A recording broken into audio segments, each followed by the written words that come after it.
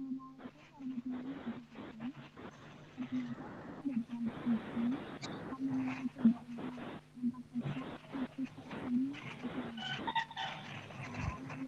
konselor. Saya Nadia Sinta Dewi sebagai konseli.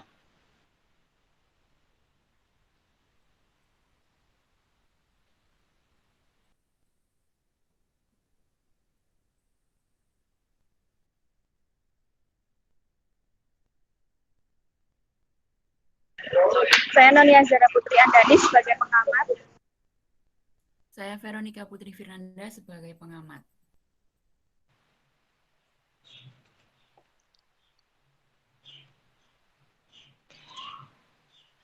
Assalamualaikum Bu, selamat siang.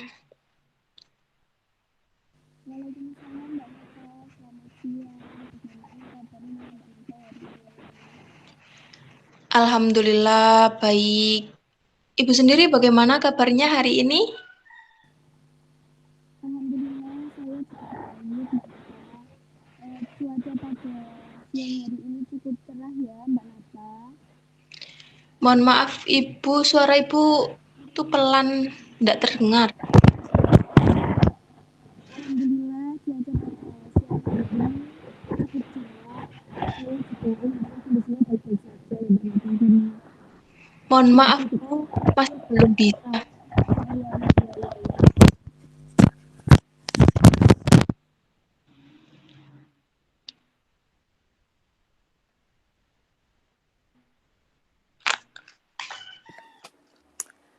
Alhamdulillah kabar saya baik. Cuaca pada siang hari ini cukup cerah ya Mbak Nata. Ya Bu, cerah sekali di sini. Iya, baik. Di masa pandemi ini, saya harap Mbak Nata menjaga kesehatan selalu ya, selalu pakai masker setiap keluar rumah dan juga jaga keseimbangan imunitas tubuh Mbak Nata. Iya Bu, terima kasih Bu perhatiannya. Ya, baik. Sesuai dengan kesepakatan minggu lalu, bahwa hari ini kita akan melangsungkan sesi konseling secara online ya Mbak Nata. Dikarenakan memang belum berkesempatan untuk melakukan konseling secara langsung, untuk itu sebelumnya saya ingin tanya, apakah Mbak Nata sudah mengerti apa itu konseling? Iya Bu, memang keadaannya masih seperti ini ya Bu ya. Untuk saya sendiri, saya belum pernah melaksanakan konseling, tapi cuma hanya pernah dengar gitu loh Bu. Saya tidak tahu apa itu konseling Bu. Oke, baik. Jadi saya akan menjelaskan sedikit ya. Konseling itu adalah proses pemberian bantuan yang dilakukan oleh konselor. Di sini saya berperan sebagai konselor. Nah, kepada individu yang mengalami suatu permasalahan. Biasanya individu itu disebut dengan konseli. Di sini Mbak Nata kan datang kepada saya, Mbak Nata sebagai konselinya. Nah, tujuan dari konseling adalah untuk membantu Mbak Nata dalam memecahkan permasalahan yang Mbak Nata alami. Seperti itu. Iya ya Bu. Jadi begitu ya Bu konseling itu. Tetapi saya eh, sedikit gimana ya Bu ya, kayak masih ragu gitu loh Bu, masih malu untuk bercerita tentang masalah saya, masih takut apabila nanti orang-orang tahu apa saja yang saya rasakan sekarang gitu Bu. Iya, ya tidak apa-apa Mbak Nata. Jadi dalam konseling itu ada beberapa asas. Nah, di antaranya ada asas kerahasiaan dan juga asas keterbukaan. Di mana dalam asas kerahasiaan ini nanti seluruh data permasalahan yang Mbak Nata berikan kepada saya hanya akan diketahui saya dan juga Mbak Nata sendiri. Jadi, saya akan menjaga dan juga merahasiakan setiap data dan juga keterangan yang Mbak Nata berikan kepada saya. Kemudian ada asas keterbukaan. Nah, di sini saya harap nanti dalam sesi konseling Mbak Nata akan menceritakan kepada saya sejujur-jujurnya ya, tidak berpura-pura, terbuka dengan setiap informasi dan juga materi yang nanti dari luar, seperti itu. Oh, jadi nanti semua cerita saya yang saya ungkapkan ke ibu nanti terjaga ya Bu ya, nggak akan diceritakan kemana-mana ya Bu ya. Soalnya kan saya malu gitu loh Bu, kalau sampai ada orang yang tahu masalah saya begitu. Iya, Mbak Nata, betul seperti itu. Jadi, bagaimana Mbak Nata? Apakah masih ragu? Iya Bu, saya sudah yakin, saya sudah tahu tentang asas-asas yang Ibu jelaskan ini tadi.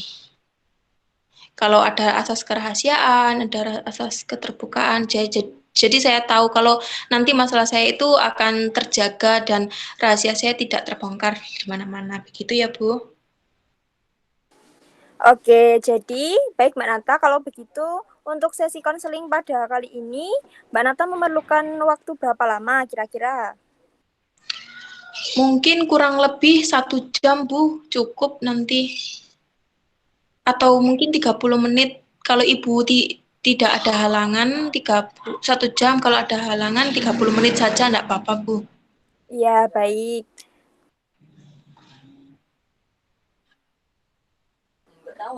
Jadi, oke, baik. Jadi nanti kira-kira 1 jam atau setengah sampai 1 jam ya. Kalau begitu, Mbak Nata bisa menerangkan kembali situasi-situasi yang mengganggu Mbak Nata atau permasalahan yang mengganggu Mbak Nata. Iya Bu, jadi begini Bu sebenarnya yang saya rasakan. Saya itu bekerja Bu sekarang. Gaji saya ini juga cukup lumayan Bu. Tetapi saya tuh akhir-akhir ini tuh sulit gitu loh Bu untuk mengatur pengeluaran saya, mengatur keuangan saya. Sering kali saya stres di akhir bulan karena jatah uang saya itu pada akhir bulan itu selalu habis, tidak cukup dalam 1 bulan. Nah, itu saya pas akhir bulan itu saya tidak memiliki uang sama sekali dan membuat saya stres. Padahal jika dikualifikasi, maaf, jika dikalkulasi itu kayak gaji saya untuk kebutuhan 1 bulan itu cukup, tetapi kenapa kok saya itu nggak bisa gitu loh Bu untuk mengendalikan pengeluaran saya. Oh alah, begitu ya Mbak Nata. Jadi kalau boleh saya tahu, untuk apa saja itu pengeluarannya Mbak Nata? Jadi biasanya ya untuk makan-makan, untuk kebutuhan pribadi saya. Nah, yang menjadi masalah ini, saya ini sering sekali untuk belanja online. Saya senang Bu untuk belanja online Bu. Sering tergiur dengan promo-promo atau gratis ongkir. Padahal barang yang saya beli itu juga tidak tidak selalu saya butuhkan. Saya hanya menuruti keinginan saya saja.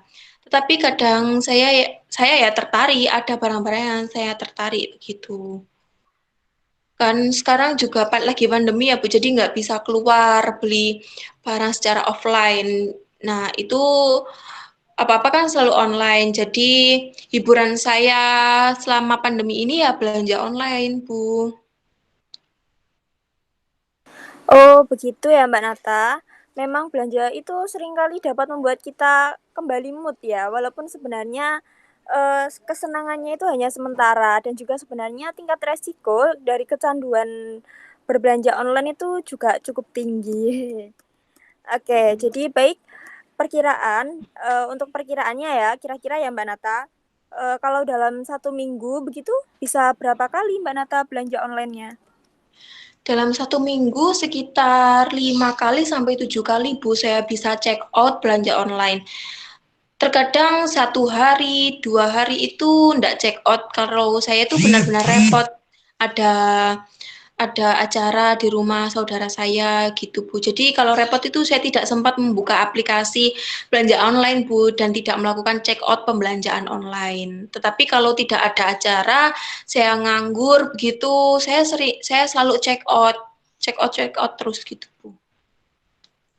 Oh ya, jadi berdasarkan dari penjelasan yang sudah Mbak Nata sampaikan, saya ada satu strategi Mbak Nata yang nanti mungkin sekiranya akan cocok dalam menangani permasalahan Mbak Nata terkait dengan kebiasaan Mbak Nata berbelanja online ya. yaitu strategi self-management. Strategi self-management ini merupakan strategi pengendalian diri, di mana nanti dalam kasus Mbak Nata akan berupaya untuk mengendalikan atau menekan kebiasaan atau perilaku Mbak Nata dalam belanja online. Begitu Mbak Nata. Iya, Bu. Ya, paham. Dalam strategi self-management ini terdapat beberapa teknik lagi. Yang pertama ada stimulus kontrol, self-monitoring, dan juga self-reward. Stimulus kontrol itu adalah upaya untuk mengontrol stimulus yang membuat atau memicu Mbak Nata sering berbelanja online. Lalu self-monitoring, di sini Mbak Nata akan mencatat dalam bentuk tabel agar nantinya kita dapat melihat perkembangan dari Mbak Nata. Selanjutnya ada self-reward, yakni penghargaan diri. Bisa berbentuk pujian bagi diri sendiri atau bahkan hadiah-hadiah kecil untuk diri sendiri. Nah, diharapkan dengan adanya self reward ini nantinya Mbak Nata dapat lebih konsisten dalam upaya mengubah perilaku Mbak Nata. Apakah dapat dipahami Mbak Nata atau mungkin ada pertanyaan? Baik Bu, saya paham. Untuk saat ini belum ada pertanyaan Bu. Mungkin nanti kalau ada yang membingungkan saya tanyakan Bu. Oke, nah iya, jadi pertama-tama kemarin kan saya sudah menyampaikan ya, untuk Mbak Nata menyiapkan pensil atau ballpoint dan juga kertas kosong. Apakah sudah disiapkan? Sudah Bu, sudah ini. Bagus. Nah, pada kertas tersebut ya, coba Mbak Nata tuliskan perilaku Mbak Nata dalam situasi apa dan juga apa konsekuensi dari perilaku tersebut. Jadi dituliskan perilakunya apa, situasinya apa, dan juga konsekuensi dari perilaku atau respon tersebut. Monggo saya beri waktu. Baik Bu, saya akan mengerjakan.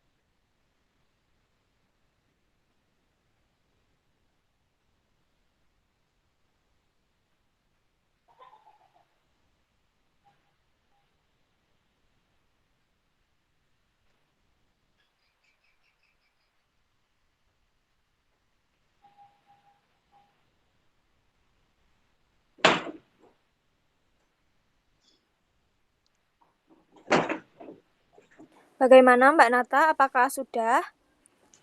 Sudah Bu, ya baru saja Bu, sudah. Oh ya, baik. Kalau begitu, boleh langsung disampaikan tulisannya Mbak Nata tersebut. Ya Bu, jadi situasi saya itu sedang gabut. Lalu saya membuka aplikasi online. Kemudian perilaku atau respon saya itu saya melihat barang-barang dan membelinya. Terus dari perilaku tersebut saya mendapatkan konsekuensi yang saya dapat itu uang saya berkurang karena membeli barang. Begitu Bu. Ya, jadi Mbak Nata sudah paham ya antara respon atau perilaku Mbak Nata terhadap situasi beserta konsekuensinya. Ya Bu, saya paham. Iya, bagus sekali Mbak Nata. Nah, dari sini Mbak Nata dapat melihat bagaimana situasi itu ternyata dapat mempengaruhi perilaku Mbak Nata. Agar Mbak Nata nanti dapat membentuk perilaku atau respon yang tidak memberikan konsekuensi negatif pada diri Mbak Nata, maka Mbak Nata perlu mempertimbangkan dahulu perilaku yang akan Mbak Nata lakukan sebagai respon dari situasi tersebut. Oleh karenanya, sebelum merespon situasi, penting adanya jeda waktu untuk Mbak Nata menentukan perilaku yang positif untuk merespon situasi tersebut. Jadi kan perilaku itu muncul karena adanya respon dari karena kita merespon situasi seperti itu. Jadi ketika saya berada di situasi yang gabut ya Bu misalnya ini, kemudian saya membuka aplikasi belanja online dan hendak membeli suatu barang, saya perlu memberi jeda ya Bu untuk berpikir apakah saya membeli barang tersebut itu karena saya memang membutuhkan atau hanya karena keinginan saya, seperti itu ya Bu.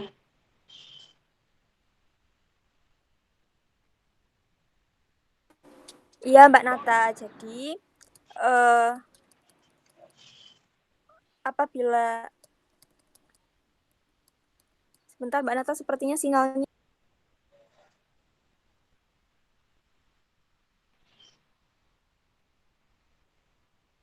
Ya, betul Mbak Nata seperti itu. Jadi nanti apabila Mbak Nata masih bimbang dalam mengambil keputusan, Mbak Nata dapat mempertimbangkan konsekuensi yang akan Mbak Nata dapat. Seperti nanti barangnya tidak terpakai atau nanti akhir bulan saya nggak punya uang dong kalau misalkan saya terus-terusan belanja online seperti itu.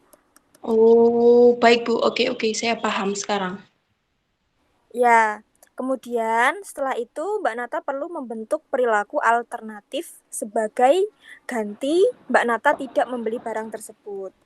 Mungkin Mbak Nata bisa menutup aplikasi tersebut dan mencari kegiatan lain seperti membersihkan rumah atau menata rak buku dan lain sebagainya ya Mbak Nata. Tentunya nanti itu dapat sedikit demi sedikit membantu Mbak Nata untuk menekan perilaku Mbak Nata berbelanja online. Ya Bu, benar. Saya juga pernah melakukan demikian sekali Bu, cuma sekali. Akan tetapi itu saya melakukannya itu sekali. Tapi saya akui itu memang benar-benar efektif Bu buat saya. Saya jadi lupa, saya jadi tidak lebih realistis lah Bu untuk tidak belanja gitu Bu. Ya bagus, kalau memang Mbak Nata memiliki pengalaman baik dari pola tersebut, itu mungkin nanti selanjutnya akan itu ya, memberi dampak yang apa ya, memberi dampak yang positif lah karena Mbak Nata pernah memiliki pengalaman baik dari pola tersebut. Nah, selanjutnya apabila nanti Mbak Nata sudah dapat mengubah perilaku, Mbak Nata dapat mencatatnya dalam bentuk tabel ya. Akan saya tunjukkan ya tabelnya Mbak Nata. Sebentar, ditunggu dulu ya. Ya Bu. Ini share screen ya Bu ya? Iya, share screen.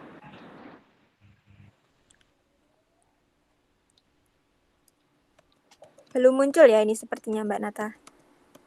Sudah Bu, sudah muncul. Oh, sudah Yang tanggal muncul. dan kan. Ya, ada bentuk tabel seperti itu ya.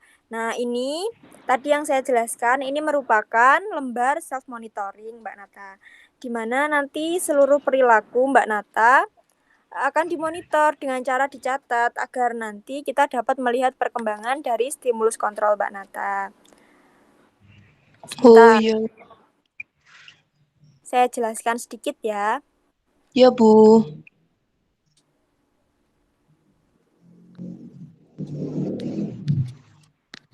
Jadi ini ada tanggal dan waktu. Hmm. Tanggal dan waktu ya pasti sudah tahu ya tanggalnya pada tanggal berapa, terus waktunya, situasi penyebab seperti tadi yang ditulis Mbak Nata, gabut atau suntuk atau apa ditulis ya. Terus setelah itu dialog internal, pikiran atau pernyataan yang dikatakan pada diri sendiri saat terjadi masalah.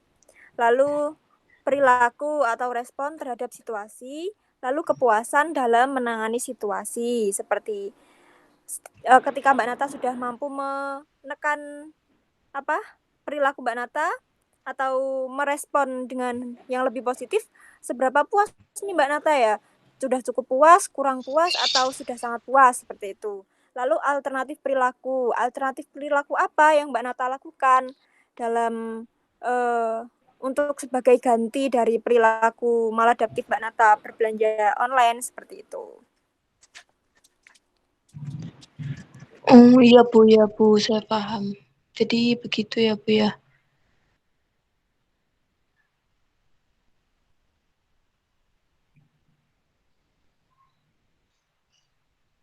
Iya, apakah ada yang ingin ditanyakan mungkin Mbak Nata? Belum Bu, tidak ada untuk saat ini.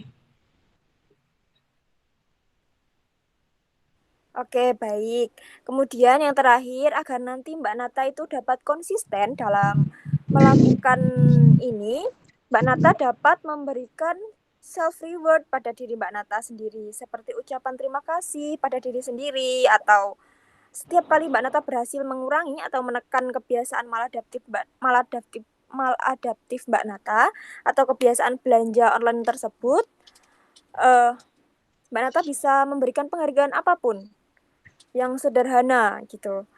Untuk lembar self monitoringnya nanti dapat kita diskusikan setiap minggu selama 3 sampai 4 minggu ya Mbak Nata, untuk melihat bagaimana perkembangan Mbak Nata dalam melakukan self monitoring ini. Jadi saya harap Mbak Nata tidak bosan untuk terus mengisi lembar self monitoring yang tadi saya tunjukkan. Nanti saya kirimkan ya lewat WA ya Mbak Nata. Hehe, ya Bu, ya. Insya Allah ya Bu, saya tidak bosan. Sampai sini saya paham Bu, saya mengerti.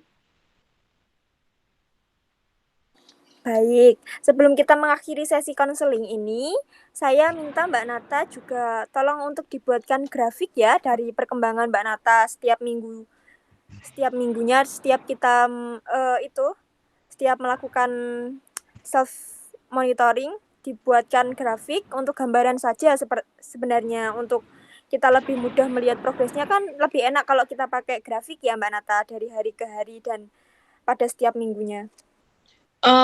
Format grafiknya terserah ya Bu ya. Boleh apa saja ya Bu? Iya, terserah, tidak apa-apa. Iya, terserah Mbak Nata. Untuk itu saja kok, untuk kita melihat gambarannya, untuk lebih mudah melihat progresnya.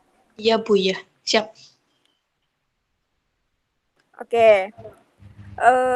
Apakah ada yang ingin ditanyakan atau ada yang masih belum dapat dipahami, Mbak Nata?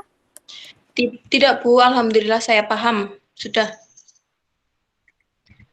Oke, baik. Kalau begitu, nanti apabila ada kendala, Mbak Nata dapat menghubungi nomor WhatsApp saya saja ya, atau Telegram juga bisa. Jika tidak ada pertanyaan lagi, saya tutup sesi konselingnya ya Mbak Nata. Semoga nanti menunjukkan progres yang baik dan Mbak Nata dapat mengontrol kebiasaan perilaku Mbak Nata berbelanja online, atau bahkan mengimplementasikannya pada kebiasaan-kebiasaan yang mengganggu lainnya. Ya Bu, amin. Baik, terima kasih ya Bu. Terima kasih banyak sekali. Terima kasih kembali ya Mbak Nata. Jangan lupa diisi ya lembar self monitoringnya. Ya Kalau Bu. begitu saya tutup Zoom-nya ya. Ya. Saya tutup ya. Assalamualaikum. Waalaikumsalam warahmatullahi wabarakatuh. Demikian presentasi dari kelompok kami. Apabila ada kurang dan lebihnya, kami mohon maaf yang sebesar-besarnya. Wassalamualaikum warahmatullahi wabarakatuh. Waalaikumsalam warahmatullahi wabarakatuh.